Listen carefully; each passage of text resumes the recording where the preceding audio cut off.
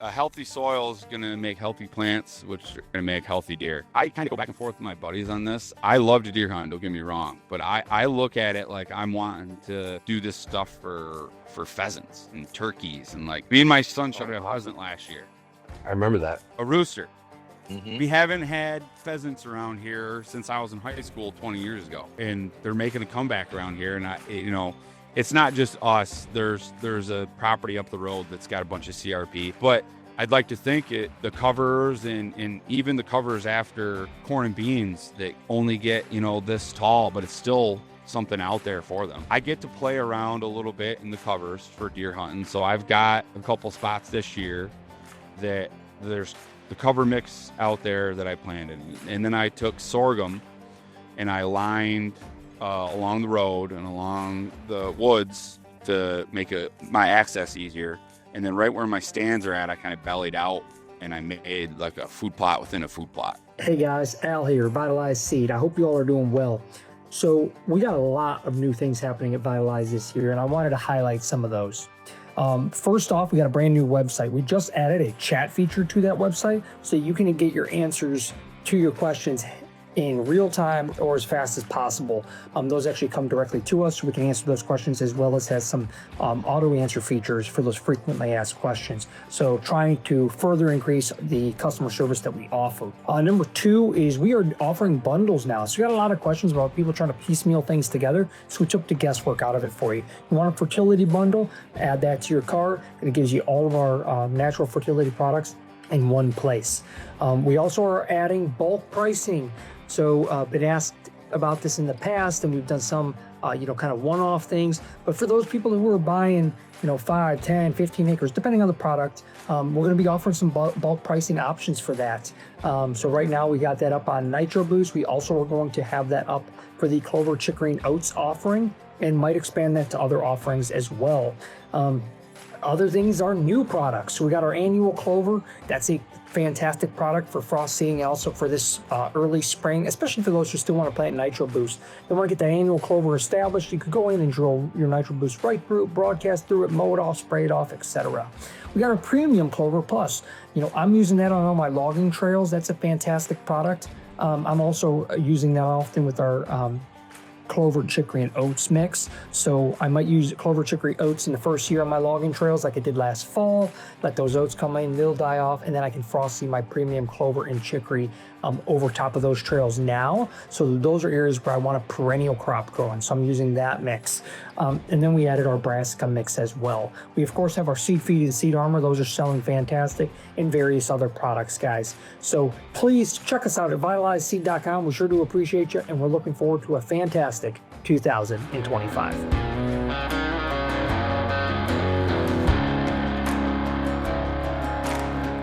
Welcome to the Habitat Podcast, the podcast for wildlife habitat management, hunting strategy, and land stewardship. And now, your host, Jared Van Hees. Welcome to the Habitat Podcast. And we are live. What's up, Andy? How's it going, brother? Good, man. I'm at a McDonald's parking lot in the UP with some Wi-Fi. So it looks like I'm in my truck. It's because I am. You're all blurred out, so no, I don't know where you are. You could be sitting in my driveway for all I know. You getting yourself a frappe, or what do you got going on there? Yeah, a little breakfast sandwich and an iced coffee. Nice. We have a brand new guest to the show on here today, Mr. Kevin Gross. How you doing today, Kevin? I'm doing well. How about you guys? Good, man. Thanks for coming on. I first heard about you on our mutual friend Aaron's podcast, the Fall Podcast. Heard you on there a couple times. I bet that was a little exciting. You guys were, Just say it, please.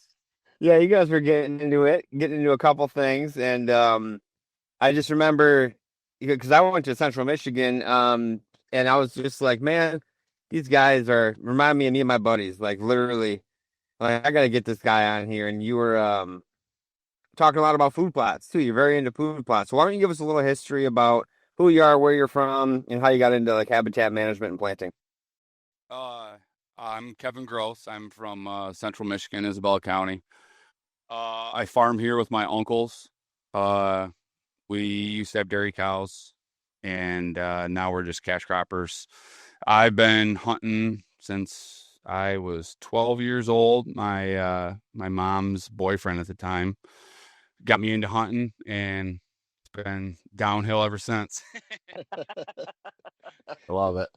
Yeah, Oh, like, and I grew up like probably all of us here in Michigan, just running a camera over a giant pile of sugar beets or a giant pile of corn, and then slowly like, oh, let's try growing this. And uh, I don't know if we had a good food plot for a long time, just sandy soil and just spinning our wheels. And now I don't get to do food plots per se because all our ground is ag ground. So what I try to do more now is we do a lot of cover crops after all our beans and corn, and we just got done with wheat harvest.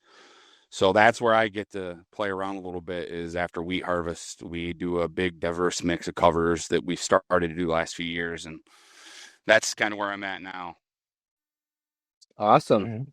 Awesome. And in Central Michigan there, let's hear about your farm, kind of where you like to play around and hunt. You don't have to get too many details, but Yeah. just size-ish and kind of how it's Yeah. set up. The farm majority of it is in just a couple sections. It's about 1,000 acres. Um, I mean, I think we only out of that 1,000, or I think it's like 990 something, but out of that, there's only like 60 acres of woods. Wow. In most of the woods, yeah, I always joke with Aaron that we could stand on one side with baseball gloves and play catch, throwing baseball through it. It's beautiful, hard maple. So, and my uncles and my grandpa throughout the years, they've managed it more towards timber than deer habitat. But I mean, so once the crops are off, our ground is pretty barren. So with the covers the last few years, I think it's really changed how the farm hunts. What are you planning for food for cover crops? The last 2 years has been a mix of sunflowers, hairy vetch, radish, winter peas, cereal rye, and buckwheat. And I kind of tweaked the mix this year. I took a little bit of buckwheat out, and I only had 2 pounds of sunflowers in last year, and it looked like a freaking sunflower field out there. People were like, "Are you going to harvest that? Is that your cash crop?" And I'm like, "No, it's just a cover crop." So I took it down to 1 pound per acre. And the buckwheat was at 7, and I backed that down to 5. I don't verdict's kind of still out on buckwheat for me. It goes to seed so fast that it's almost like a weed in the cornfield right now because we plant corn into this mix. We no-till it. Okay. And I mean, there's buckwheat out there waist high right now, which doesn't bother me. But my uncles were like, "You got all this buckwheat out here," and I'm like, I kind of don't mind having it out there. It's unlocks all that phosphorus in the soil, and I don't know. I'd rather have a buckwheat growing there than a mare's tail or a pigweed or That's solar, yeah.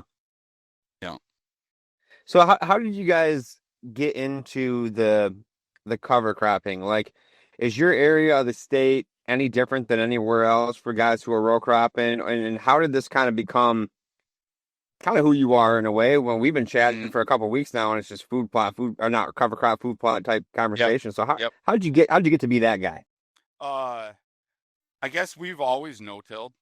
Our farm's been no-till for over like 35 years or something like that. So Wow. soil health has always just been kind of at the top of the priority. And we dabbled. I came back to the farm a little over a decade ago, and we kind of dabbled a little bit with just like tillage radish or turnips, or like then it was like a mix of that with clover. And it wasn't really a priority to get out there and like get them established right away until the last couple of years. I kind of led the charge on that. But once we sold the cows 3 years ago, we all kind of just was like, okay, we've had all this manure for 80, 90 years. Like, what are we going to do now? And I'm like, well, let's go towards green manure. Let's start putting cover crops out on the field. And we're on year 4 of cereal, planting green into cereal rye. with our soybeans, and we plant our corn into cereal rye in this mix too, and yields have improved. We had our very first year we did, no, I think it was 3 years now, because 2023 is the first year I planted into cereal rye, and that spring it didn't rain for like 40 days, and the beans look great, and Nice. and the soil is covered. We conserve moisture, and ever since then it's just been kind of more and more and more and more. And I've really looked into the power and the diversity when it comes to soil health, and that's kind of where we're headed to now. You mentioned your yields have improved. Do you have examples or numbers you can list of how much it improved by, or how you guys measure that and everything else? I guess I shouldn't say improve, but like stabilize. Like now a lot of our farm, like that used to be kind of like, the sandy ground over there, you're not gonna get much off it. Well, the last couple years we've done this. We've got some sand ground that my uncles always say if we get 140 bushel corn off it, they're going to be happy. And last year, on that piece of ground, it was 191 bushel on that. Wow. And that was without any starter fertilizer. It was just, we put on some 28 in a micro, and then we wide dropped some, middle of summer, you wide drop more nitrogen and micros and some boron. But yeah. So it's elevated the lesser, and everything else is kind of maybe improving, but it's stabilized a lot of the lesser ground, I guess. I mean, that's amazing to hear, and I'm sure the manure didn't hurt over time, but like that sandy ground was still being sandy ground. So to be able to hear that you can do that, I mean, I'm nodding my head because I have a lot of sandy ground. When a woodchuck out in that field makes a hole, it doesn't dig up a black dirt. It's digging up beach sand. And they don't have to dig very far down to find it either. Yeah, you've done this in just a couple years, 2-3 years. That's amazing. Yep. But some of that sandier ground has had a history of manure, because we've had cows, and when it gets wet, we're no-till, so we don't want to track up any fields. So it's all, whenever it got wet, it was like, well, head over the sand, like you can get on and get the manure spread. So, but we're going on, it's been a couple years since we've had cows. So, I mean, they say, you got to keep adding it every year, but it's there as long as you keep, cycling the nutrients through the soil. And cover crops really help that too, pull nutrients from down deeper and bring them up. Exactly. Yeah, we talk about that quite a bit. What's your rotation like? Are you planting one cover crop on a field a year? Are you doing 2 or 3? Tell me about your timing throughout the year. So I'll take you through like the rotation in like one field, like how it would go. We grow alfalfa, oats, wheat, beans, corn. And I say we grow covers too, because that's an important part of what we do. So we would take a hayfield out of rotation, and we'd kill it off, and we'd plant it to wheat. And then that next year we harvest it, and then it gets the diverse cover, and that gets planted in the middle of July. Then that's allowed to grow all fall, and there's overwintering species in that. So it comes back again in the spring, greens up. We kill that off. We plant corn into it. After corn, cereal rye, cover crop. And then next spring, you get soybeans planted in that. Soybeans come off, cover crop back into it. And then it goes through a corn and bean rotation for 4 years. And then once it goes back to beans, that's when it would get seeded in the spring back to oats and alfalfa, and then starts the process all over again. Wow. So we've got a pretty good rotation, which helps. I always say that a lot of farmers are missing out, or even food plotters, on just rotating through stuff. It just, you have less disease pressure with everything, and the soil will thank you for it. So do you have a lot of guys in your area? I know you're in a heavy farm area who are like, what's this guy doing? Yeah. Every one of my buddies that I know that farm with, they always make fun of me, like, for the the no-till guy and the cover crop guy, but that's all right. And I We're mean, kind of I'm sure. island here. No one Oh yeah, else does cover crops. Like Really? we've got some guys now that are starting to like after wheat they'll plant oats and radishes, which we've got our oats this year. About half of them are spoken for local guys that are going to put on for a cover crop. So, and I'm doing a field day later this year that I'm hoping local guys can come and start seeing things and just open everyone's eyes. awesome. And are you harvesting your oats then as well? Yep, they're Cool. close. We went and looked at them yesterday. Which I'm glad they're not ready because I go on vacation this week on Thursday. So I think first of the week next week we're gonna probably start them. Okay. And those oats were planted because we took some corn out of the rotation because we thought the one field would be better if we grew oats in it. Well, that had that 6-way mix in it along with sorghum, so 7-way mix. No, 8, because I had sorghum and brown top millet in that mix along with all that other stuff, and that stuff got 7-8 foot high and planted in the middle of July come October.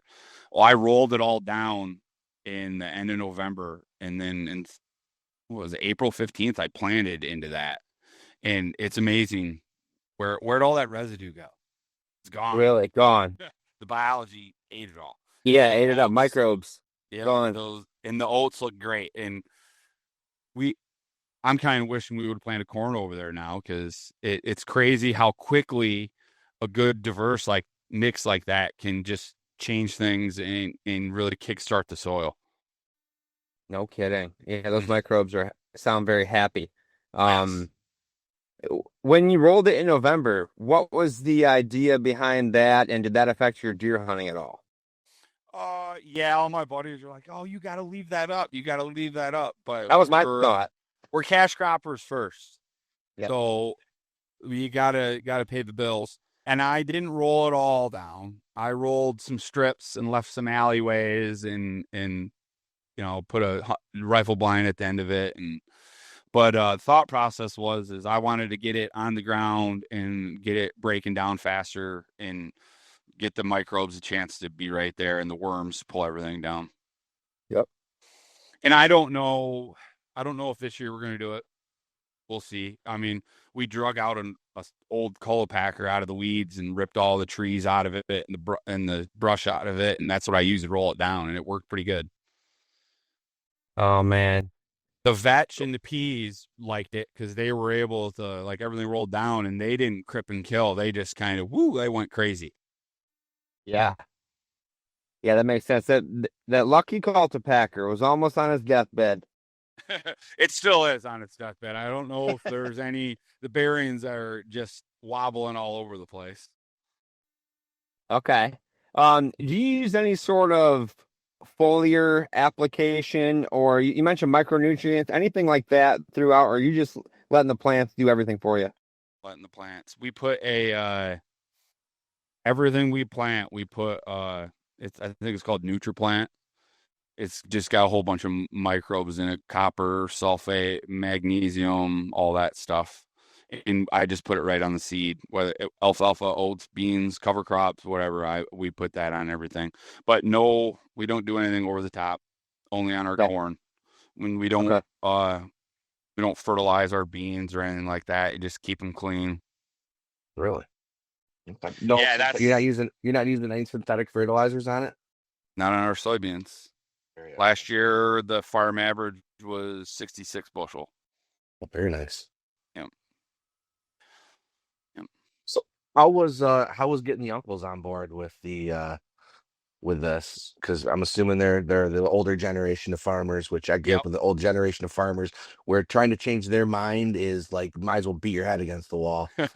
Slowly, I'm pretty persistent. Right. They've seen how everything's worked though too. I mean, it's not like it's falling flat on its face. It's all worked. So you just keep slowly doing things. And like, we didn't start out with a 6-8-way mix. We started out with single species monocrop. Then we added clover, and I took clover out because I never thought, especially with like turnips and radishes, when I did it, I felt like the radish and turnips just got so much foliage and got so big, the clover never got a chance to get established. And it was a little bit expensive, and with the seeding rate, it's just a little hard to get in a drill when you mix it all in. And so we took it out, and I don't know, I might put it back in. Maybe dial down the percentage a touch. Or what are you Yeah, thinking? yeah. Because it was a heavier part of the ration in the mix, and it never like did as well as I thought it should. So we took it out. Yeah, this is awesome. When you're talking green manure versus cattle manure, eh, have you ever measured out, I guess, or been able to tell what's better, what's in what, how they compare? I would definitely say animal manure is the pinnacle of what you can put on your fields, but I need to take some biomass samples and like Yep. send it in and get some analysis of that. We talked about last year but I don't know, maybe we'll do it this year so we can get some hard data. Yeah. But Yeah. I've never measured it. Okay. Proofs in the pudding, I guess. I can look out there and see how well it's working.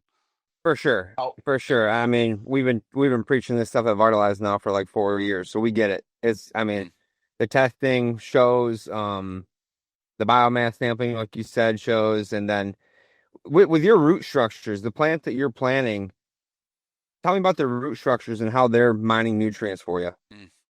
I I think it was this spring. I was walking the cover crops after everything, the radishes were all dead and everything, and I reached down and I grabbed a sunflower and I just yanked the plant right up out of the ground, and the taproot came up with it. It's 24 inches. And I didn't use a shovel. I didn't do anything. I just poop.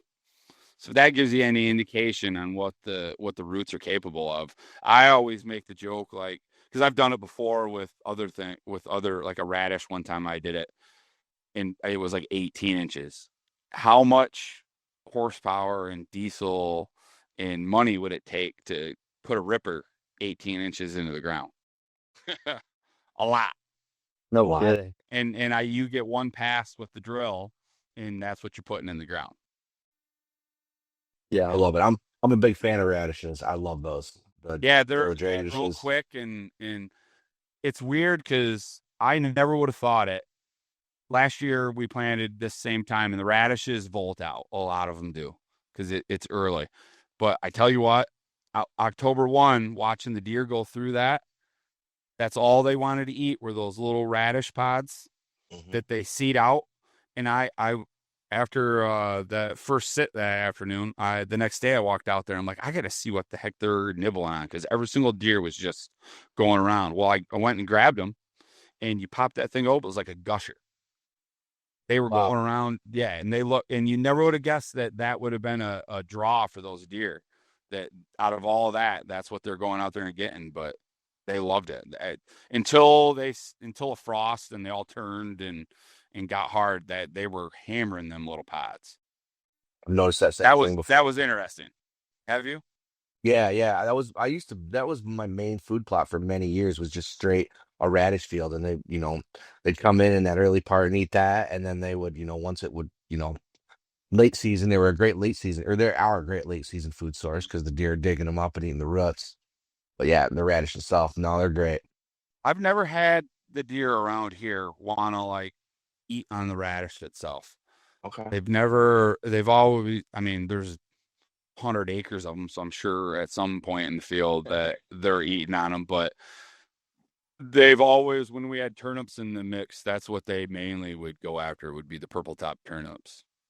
When we took those out, because the darn things would get so big that I'd run my corn planter through there in the spring, and my rowan units would just up and over them radishes all the time. So you get a little bit of uneven with the corn planter. So we took those out. Okay. And that was interesting. Things where the old farmer was like, them deer are out there eating them turnips. You're just drawing more deer in. You got to take that out of the mix. So we took it out. Sounds like my stepdad's sitting here right now saying the same thing.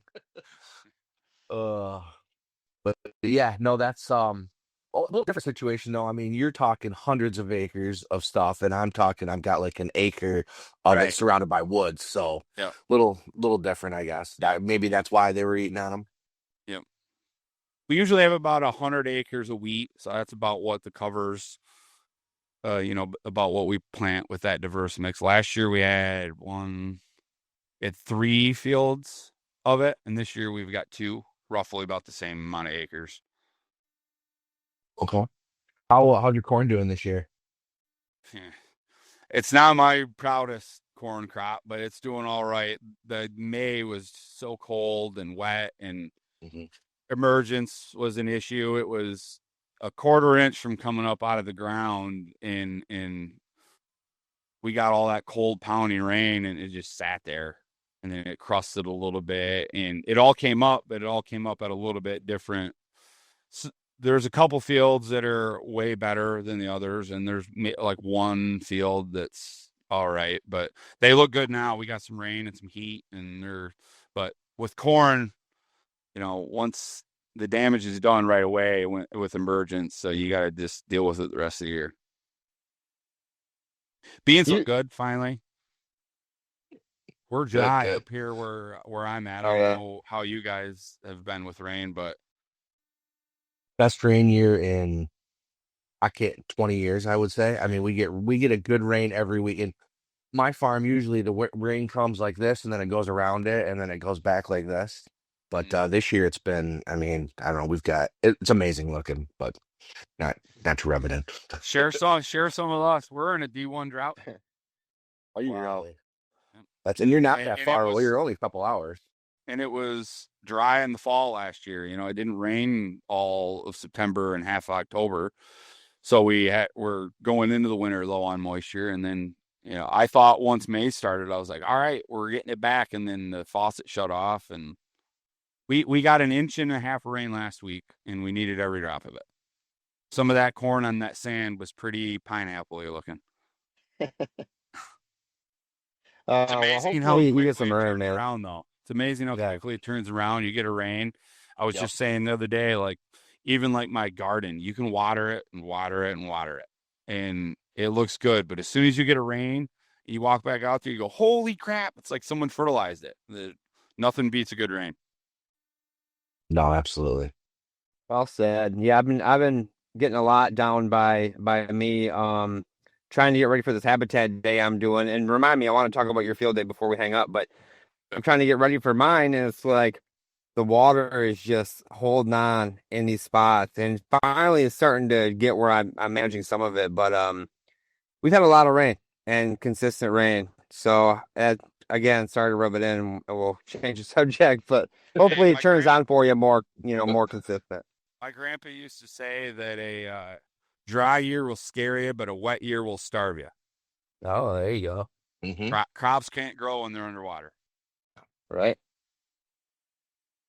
So I have a thought. All your fields are looking good. You're doing the right stuff. You have biology living in the soil. Love it. Music to my ears. How are you relating this to deer hunting? I see that giant buck on the wall behind you. Like, how are you connecting A to B when it comes October? A healthy soil is going to make healthy plants, which are going to make healthy deer. And I kind of go back and forth with my buddies on this. I love to deer hunt, don't get me wrong, but I look at it like I'm wanting to do this stuff for pheasants and turkeys, and like me and my son shot a pheasant last year. I remember that. A rooster. Mm-hmm. We haven't had pheasants around here since I was in high school 20 years ago. And they're making a comeback around here, and it's not just us. There's a property up the road that's got a bunch of CRP, but I'd like to think the covers and even the covers after corn and beans that only get this tall, but it's still something out there for them. And I get to play around a little bit in the covers for deer hunting, so I've got a couple spots this year that there's the cover mix out there that I planted. And then I took sorghum and I lined along the road and along the woods to make my access easier. And then right where my stands are at, I kind of bellied out and I made like a food plot within a food plot. So we'll see how that works this year. That's kind of how I get to play around a little bit. And then I planted corn with a drill too. I just was out looking at where I did it, and it looks like it spaced it like, I don't know. I cranked the drill right down to where it was barely big enough, just barely big enough that the corn would come out of the seed cup. And I don't know, it looks like it works. It's like 18 inches spaced in a 7.5-inch row. So I don't know what the heck that comes out to like at a 30-inch row, but I just wanted it mainly for structure inside the food plot to like funnel them towards my stands. So hopefully they use like an edge and just come right to my stand. In theory, that's how you want it to work, right? That's how it happens on the TV shows. Yeah, totally. That's total. I'm just like the guys on the TV shows. I like that. I think deer like having cover in a plot. Like they'd rather have something up near their belly or their chest versus a mowed down, 2-inch tall field. And I So noticed I think that there's last year merit there. with the sorghum in that one mix. There was a couple times where I just went and ground hunted through it. So when we did wheat last year, we baled it all and you leave it all in windrow. Well, in that windrow is a bunch of seed from the combine from the wheat, and it chokes out the covers because there'll be a bushel or two in a 3-foot spot. So the covers grew like this. Like every 25 feet, there would be like a runway. And I'd just sneak around it with my bow and try to stalk these deer. And you'd be standing there and deer would just pop up out of nowhere. Really? They were just living out in it. Just because for us on our farm, we don't have any cover. We've got plenty of food. Even without the cover crops, there's still plenty of ag around for them to utilize it, I guess, until the middle part of season. Then it all is gone. But cover, I think, is our limiting factor around here, and that's having the sunflowers. Last year, the sunflowers got 5 foot tall, and then you watch the vetch and the peas kind of use that like a ladder growing up, and it just makes like a wall. And you utilize more sunlight that way too with growth wise. It's like a ladder to sunlight. A lot more biomass accumulated that way too. And with guys, I've tried to tell this with my buddies, like they like to plant corn and beans, and I get it. But if a guy's only going to plant like a 1/2-acre plot, I would want the most amount of species in that 1/2 acre, because you're just looking at biomass. I just want to grow the most amount of food I can in this little spot. And a mix is definitely, I think, one of the easiest ways to get there. Yeah, I agree. Well, like you mentioned, like you got sunflower going up 5-6 foot, and you have plants on both sides vining up to that. I mean, that's taking advantage of 6 foot and below, all growing area biomass versus clover sitting on the ground. Net biomass, you're definitely having more with that type of growth. That's awesome. And one thing I was surprised about too is, like, last year I put cereal rye in the mix just because it's cheap and kind of a filler for it. I didn't know how well it'd do planting it in the middle of July, but because it's cool season grass, but it just hung out underneath all that stuff all in the heat of the summer and into the fall. And then come springtime, it was all there. It was 20 pounds in it last year. I bumped it up to 25 this year just because it worked. So, because I want something living in the spring as much as I can, keep that biology moving even in the springtime. So it's something interesting I did not expect to see with the cereal, right? This podcast is brought to you by Latitude Outdoors. Guys, Latitude Outdoors is one of the top saddle hunting manufacturing companies in the world, here headquartered in Michigan. Guys, I've worked with Kevin, Alex, the guys over there at Latitude. I've been using their products for over 3 seasons here at Habitat Podcast. The first deer I shot was that first big buck on the 15 acres out of my Method 2 saddle. That buck, I shot him out of the saddle using the climbing sticks, the platform, everything to get up, and that saddle is just very versatile when selecting a tree. It's the first time I hunted that tree on the 15 acres. I climbed up that day and was able to make the shot and a follow-up shot on that buck in that saddle. Guys, the saddle is so easy to use. You literally strap it on like a seat belt, like a belt. It's all ropes. There's no metal components. There's no tinging and banging and clunking.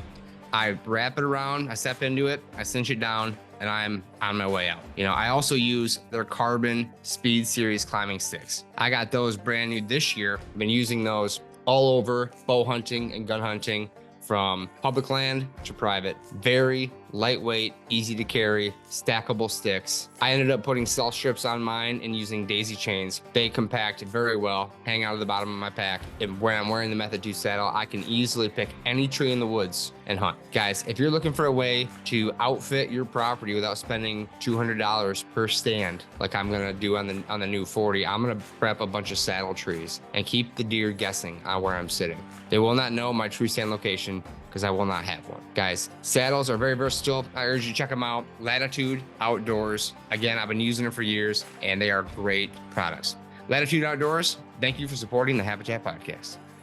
Have you ever been in a hurry to get a bunch of expensive seed down and not know exactly how much to put down? Or you get it down and you run out before you're halfway across the field? I have, and I'm done with it.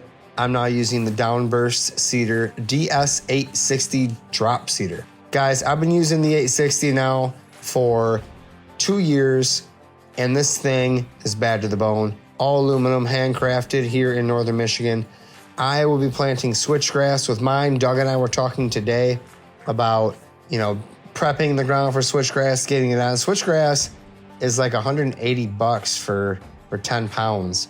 That's pretty expensive seed. I'm not just going to willy-nilly throw it out there. So my downburst behind my ATV or tractor or side-by-side will be exact 99% accurate with this cedar for any sort of expensive seeds. You can run any of our Vitalized mixes through there.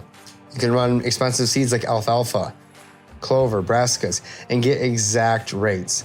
Don't end up with golf ball sized turnips anymore.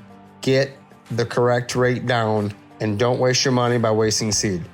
Downburst DS860 drop cedar, brand new code HP100 at checkout. HP100, $100 off a Downburst cedar. Check them out at downburstcedars.com. That is interesting. Do you incorporate any clovers in there to pop up in the spring as well? I know with our fall mix in the spring, we have rye and crimson that pops up and just looks beautiful. Just like you're saying. And there's no weeds, no nothing. Yep. I just didn't know if you ever had any clovers in there or not.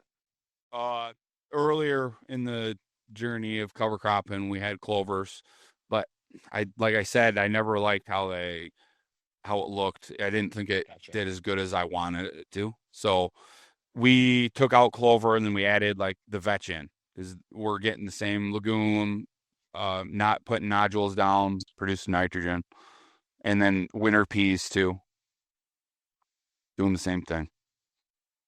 I got sun hemp growing this year Oh, it's one of our favorites. Yeah.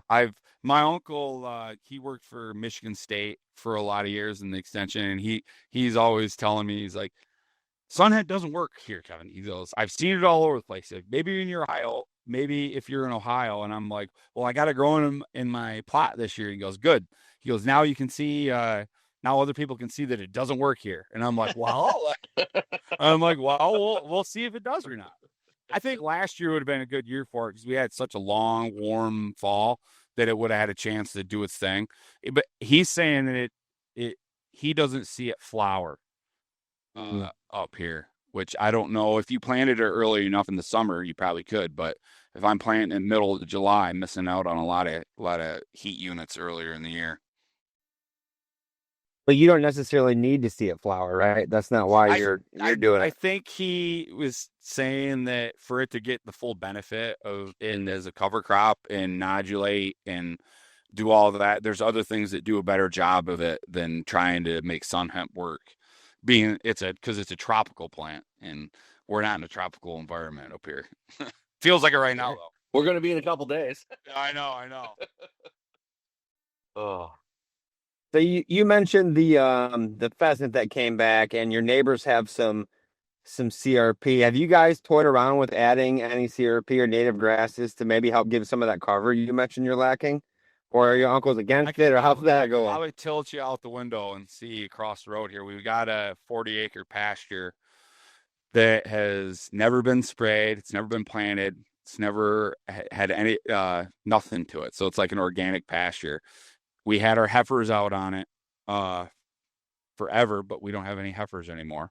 So I think they just opened up a CRP pasture program, and we've inquired about that, and we're waiting to hear back what the requirements are and all that stuff. But yeah, thankfully I've been kind of going down that road and consuming a lot of that content, and I didn't even have to bring it up. And he was like, "Hey, I see there's like a program for it." I'm like, "Yes, let's get signed up. Like, let's do it." Because it's usually stayed pretty mowed down, and this year it's had a chance to, because it hasn't had cattle out on it all year. It's had a chance to fully express itself and get tall, and it looks awesome. And there's deer out there every night, and I haven't heard it in a while, but I've got meat chickens and layers across the road on coops on the cover crop mix that I planted for them, and I'd go out there in the morning and I'd hear a rooster cackle every single morning all spring long. I haven't heard him in a month or so, but he was living out there somewhere. So that was cool. Great. And that was my highlight of my day every day when I'd be out there and you just hear that pheasant cackle in the distance. I miss that. That's how I grew up hunting. You'd just be sitting in the tree stand in the morning and you just hear them fly off. But yeah, so awesome. I don't know if we'll seed it or what the requirements are. I'm sure we don't really want to have to do the whole mowing with the contracts or a burn and all that stuff. So we talked about just buying some steers and putting a fence up and doing that, but I don't know. We'll see what the requirements of the program are. Okay. What's that program called? Do you recall exactly what they titled it? But it's a pasture CRP program. So Okay. it allows you to have it in CRP, pasture cattle on it. And I think my uncle said that they'd allow you to harvest it too. Mow it and bale it off. Okay. So I heard about it. I haven't looked into it enough, I guess. We've been busy the last few weeks with wheat and everything. And Sure. they're supposed to get back to us with, what it all entails. Okay. Which I would love to put that into that. Yeah, I mean, I don't know if it'll pay as much as row cropping, but if you're not row cropping it right now and you can get some cover in there and some pheasants, I mean, that's It's a too win. wet in the middle of the row crop. So Okay. our whole thing is we could row crop the outside 20 acres. But then the inside 20 acres would turn into a deer paradise. And we're farmers first, and I would love for that to happen. I mean, don't get me wrong, but I farm the outside 20 acres, and then the inside 5 acres is going to get destroyed by deer and everything else, and it'd be an insurance claim every year almost. So Yeah. we're looking at it like, okay, let's just put cattle out there and keep it the way it was, or maybe we can put it into a program and utilize it that way. Cool. All right, so you definitely have a high deer density in your area. We're lucky here on the farm. We have a lot of deer, but not like if you go a couple miles south north, a little ways. or a Okay. couple miles south. We don't have big blocks to timber here. So I can go drive around our section and you'll see, deer out, but you don't go drive around and see 35 deer in a field. Okay. Not on our Great. You go a few miles away and yeah, you can go do that and it's their problems elsewhere. Now, say that, and the other night I went and drove around. There was like 15, 20 deer out in this where I planted the covers, and there's a bean field next to it. And I was like, I have never seen this many deer out here before, which maybe we are starting to tip that way. I don't know. We'll find out. We shoot does though. We try to shoot. That's what I was gonna ask. Yeah, we take at least a handful of does every year. We got it's not just me hunting all the farm. I got cousins to hunt with me, and my uncles like to see doe shot, so we shoot does every year. Very nice. How does Go ahead, Andy. how does that work with like for the hunting with your cousins and everything, with not having a whole lot of area to hunt? Well, it gets a little tricky sometimes, but we're all in it together. I mean, Okay. I kind of get to hunt it Monday through Friday Okay. because I'm here, and my cousins kind of are stuck with the weekend sometimes. The one lives down in GR. And so when they come up, I go, you hunt wherever you want. I'll go somewhere else. I hunt with a saddle and sticks. And that's kind of where I started with the saddle and whatnot. Is I was not going to go do all this work and prep all these spots and then other people get to sit them. Yeah. So if I got a saddle and a platform and I take it with me everywhere, no one gets to hunt where I hunt, which they've started to do the same thing. And we still have some spots that we prep every year and everyone knows where they're at, but rifle season, I kind of take a back seat to where everyone wants to hunt. I get to hunt it all year, and I'll have the spot I want this year, which in those covers. I'm going to take my boy out, and we'll probably have a blast. Okay, how old's your son? He's 5, Okay. 5 going on 15. Oh, nice. Farm boy. Yeah, All right. he wants to be a hunter when he grows up. Me too. Don't we all? I'm to them.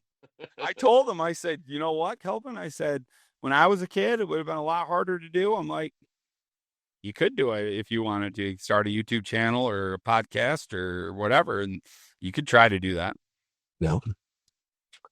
This day and age, it's actually possible. It is more than ever. Yep. More than ever. Yep. I got 3 kids, 5, 3, and 1. Oh man. Oh yeah, you're in the thick of it still. Yeah, last year it was the first year in 4 years I didn't shoot a buck, and I think it was a direct correlation of adding the 1-year-old. That'll happen. A little bit more work, and now my 5-year-old tells me this year, he's like, Dad, are you ever going to shoot a buck again? Just right in the wound. I've shot a buck every year of your life. He was my good luck charm. I was on a heck of a bad streak before the kids came around. All right. But it's been a good few years. You know, it's funny you say that. I finally started shooting good deer when my son was born 9 years ago. That was like finally like broke the threshold of that. So hey, maybe there's something to that. The mobile hunting's, I think, what finally did it for me. I quit I call it tunnel vision on your you get a camera out, you get a big buck on it. Nope. That's my spot. And I got 4 spots. And I'll rotate between those 4 spots. And then there's still signs of that all over my farm with old ladder stands all over the place that I can't tell you. There's one that I'll set pretty religiously because it's just a killer spot. But other than that, they're just collecting rust and dust. Yeah, around on our farm, it's hard to have those spots. The crop rotations changed so much. So and that was another reason why I started mobile hunting, because if I'd go out and prep all these spots one year, the next year they might not be worth a damn because it's not corn here this year, and there's not corn over here, it's beans, and it changes so much that you had to stay just changing with it. Okay. So how have you incorporated the mobile hunting then? Do you wait till season and then go in and scout fresh sign, or do you glass a lot, or how are you determining your spots for this fall? You glass a lot? I glass a lot, and I'm in the fields a lot, so I get to observe a lot when I'm in the fields. I'm always when we're harvesting, like this last year, it was different this past year because harvest was so early. I mean, all of October I was harvesting, and usually it's all in November. So I usually get to bow hunt all October, which it changed this year. But I do a lot of just going in and trying to figure it out with the stand on my back, especially on the farm. I've hunted it off now. I kind of know where to go. The deer you see behind me, I killed him because that morning I I was pressed for time and I could only hunt for a little bit. I went and made a setup on the ground and didn't see any deer. Well, I went and drove around the section. I'm like, I want to go glass this section. While I get into that section and I see this buck hitting a scrape. And then he goes into the cornfield. And I'm like, well, I got to get the semi into town. We got to change tires. And we're going to start bean harvest the next day. I'm like, I told my wife, I said, I got to go hunt this scrape tonight. So I got to that scrape and I'm trimming stuff and I'm making just a hell of a racket because I'm trying to shoot this scrape and it's not prepped, obviously. And then finally I just said, screw this. I'm making too much noise. Like I got to just abandon this idea and I got a spot right here and spot over here and it's going to have to work. And he came out behind me about dead downwind. The wind was just skirting off. He was completely opposite where I thought he was. So he went this way into the corn, and I thought he was going to come back to the scrape. Well, he was already back in the woods. So my wind was blowing right to where he was, and I thought I was screwed, but it was just enough off wind. He brought his doe right to that scrape, and I took the drain plug out of him. I shot him at like 2 yards. I was in a tree about that big around, about 12 inches around, about 10 feet off the ground. And it was a spot. I took Aaron to it, Blicey, and we went and looked at it the year after. And he was like, this is a spot that if you were out prepping spots, this would be the last spot that you would be like, all right, I got to get a stand right here. Those are sometimes the best spots. Yeah. It wasn't a spot where you'd look at it and be like, yep, we got to prep a spot. This is going to be X marks the spot. Just that's where the scrape was that he hit, and that's where he was, just that was the spot at that time. Awesome. Great intel. Yeah, MRI, you saw him there, most recent information. That's huge. I mean, I go off I don't, a lot. do you? Yeah. Are you running cameras then too, I imagine? We do. Yep. I got another buck on the wall over here that I seen him the night before, just going in and out blind, sat a scrape. He got me all turned around in the saddle. I was weak side. I made the joke. I was stuck banana down in the saddle. And I went back the next night, got closer, and he came back to that scrape, the same scrape, and I shot him that night. Nice. Most recent intel is definitely the what I do the best at, I guess. Okay. I try to run October cameras and pay attention to them. Yeah, the one I shot on the scrape was October 17th. Right. That came back the next day. This guy was November 1st. Okay. Yeah, November 1st. Middle of October, you can't kill deer in the middle of October. That's like, it's in the deer hunting Bible. Yeah. After that deer, I opened my eyes a lot to that 17th through like the 20th, 21st. They're just bucks are ready. They're on their feet looking for does, and they're not ready yet. So every scrapes are hot in that time of it. I like to hunt a lot right then, which works out good because we're usually not in harvest right there, and I can put a lot into that time of year. Does your harvest usually hit about the rut?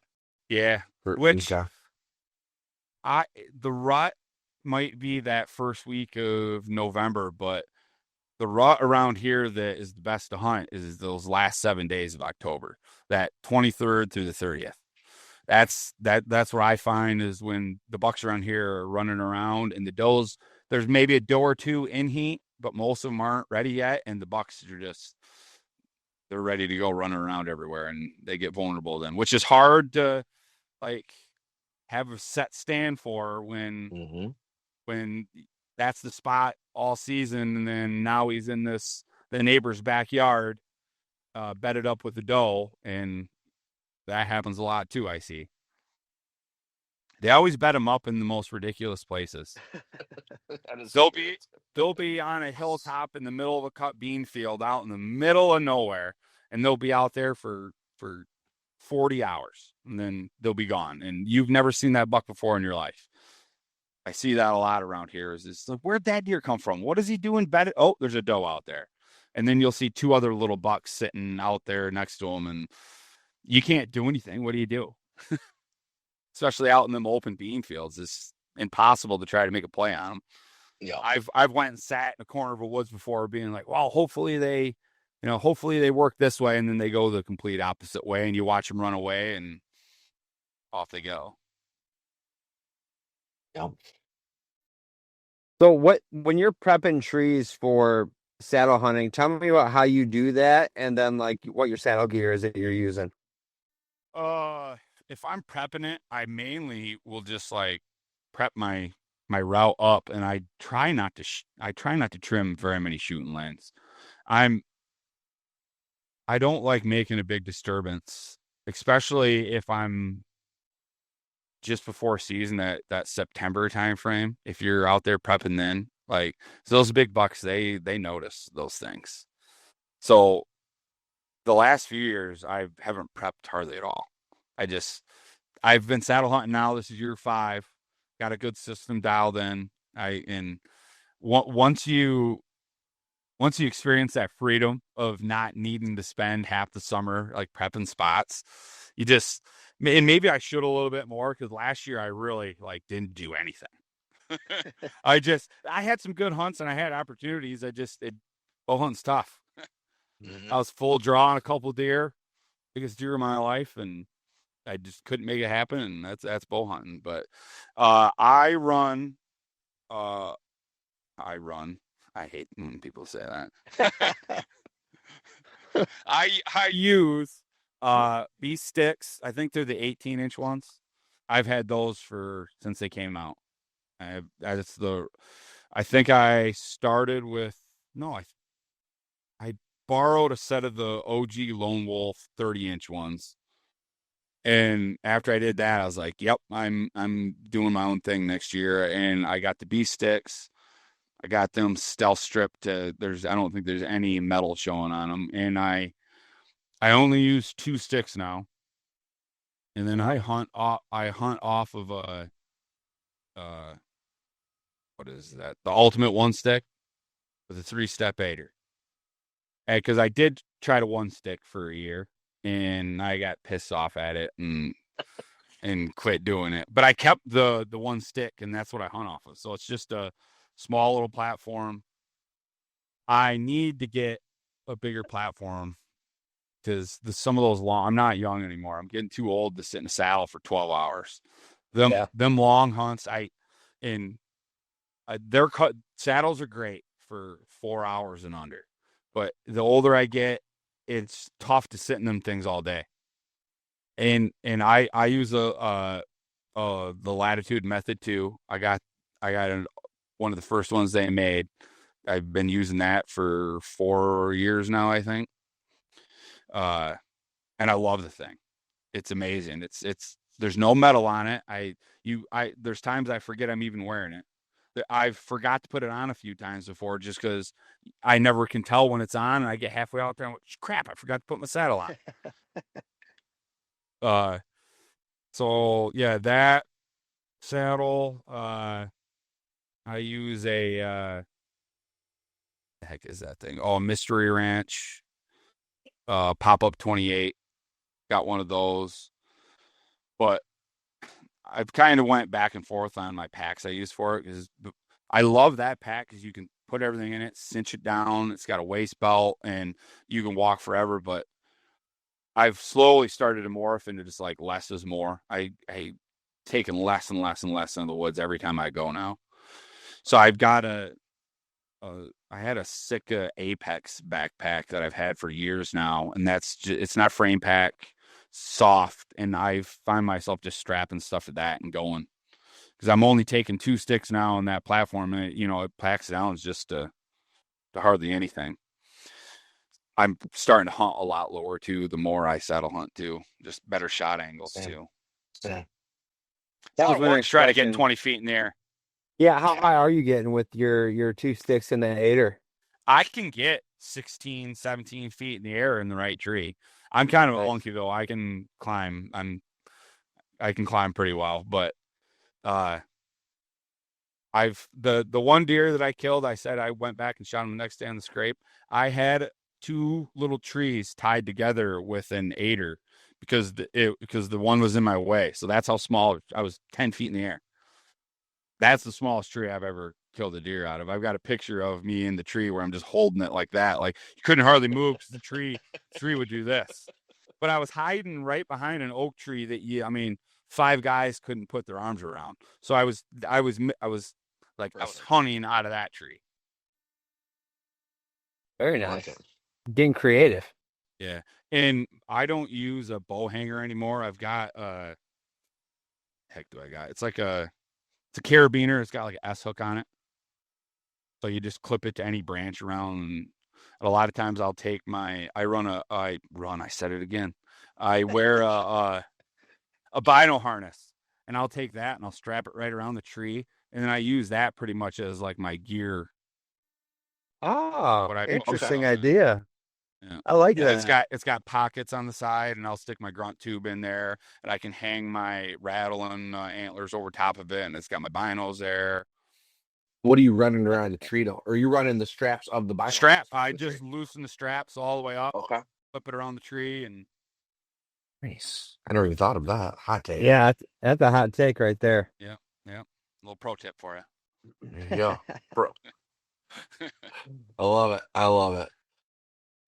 All right, Kevin, do you have any like what's your next habitat or planting project that you got in your brain that you've been waiting to unleash on the farm?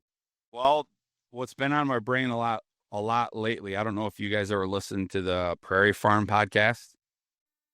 You ever listen? Yeah, we're actually starting to schedule. We're gonna try to do a back and forth where I'm on theirs and they're on mine here pretty soon. Nice. So So I'm wanting to start managing our ditches more, burning them, planting some natives in that, because I mean, for pheasant wise and ground nesting birds, there's a lot of untapped potential. I feel like with that around here.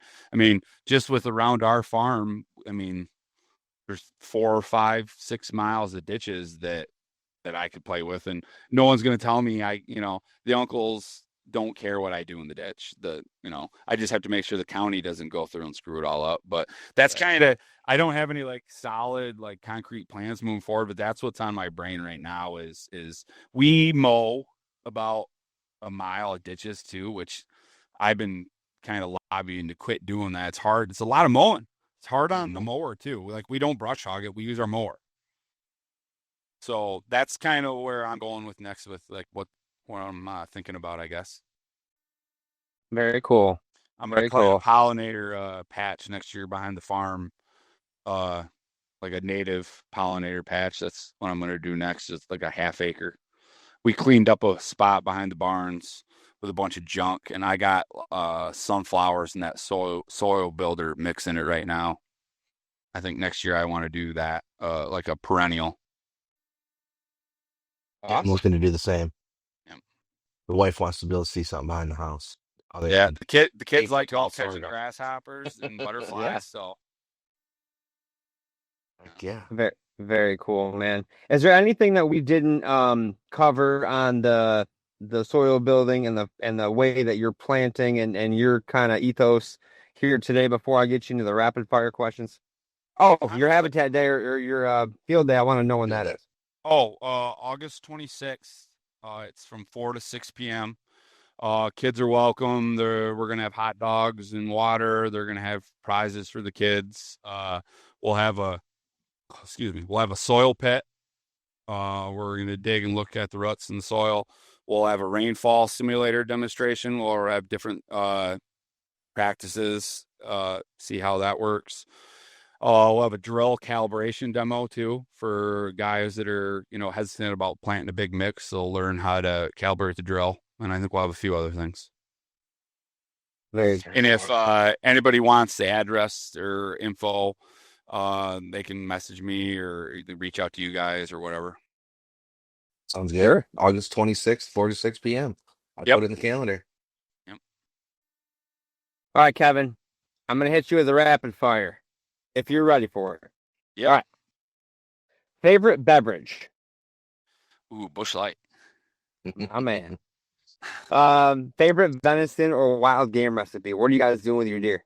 Oh, my venison, my go-to is sauteed onions and mushrooms. Take them out of the pan. I take venison, I'll flour it, throw it in the pan with some butter and salt and pepper, fry it up, and that's my kids will eat that till it's gone. Nice. If you do that like rare, medium rare, oh my Oh gosh, yeah, you can't beat it. medium rare, yeah.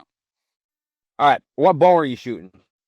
I shoot a God, what bow am I shooting? I was shooting a bear. I'm shooting a Hoyt Ventum Pro 33. Nice. Yep. Food, water, or cover? What is most important to you? And you can only pick one. I'm gonna say cover because we're lacking it here, and where we do have good cover, it's usually a pretty good spot. Yeah. Mm-hmm. Makes sense. All right. I might know your answer to this one, but I'll let you answer anyways. Favorite habitat tool or implement? The drill. Yep, I already called it. We just bought it too, and I'm so happy we got it. Nice. You got a What'd you big one, right? Yeah, 20 foot. Wow. Well, we plant a lot of small grains and alfalfa, and then the covers, like we were renting it, and I'm finally just like, uncles, what are we doing? We gotta buy a drill. And a local guy who was older had one sitting in the shed that he wasn't using anymore, and he's like, yeah, I'll sell it to you. Perfect. We drove halfway across the state looking at one, and then we get back home, and then the neighbor down the road's like, oh, I got one for sale.